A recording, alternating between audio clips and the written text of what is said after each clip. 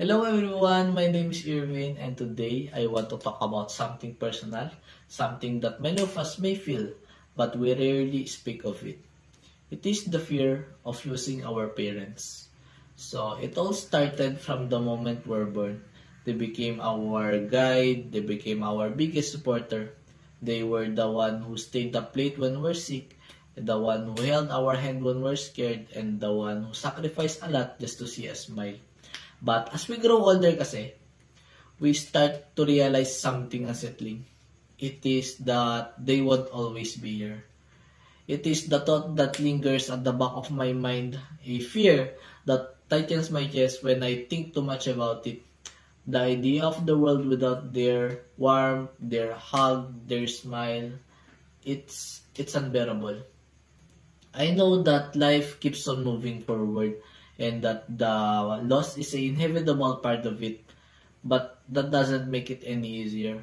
I fear not just for myself, but for the moments they will miss, the achievements, the little victories that I still want to share with them. Who will am I going to call when I needed some advice?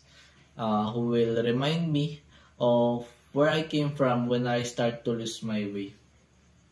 But perhaps instead of being consumed by the fear, I should let it remind me of something important. That time is precious.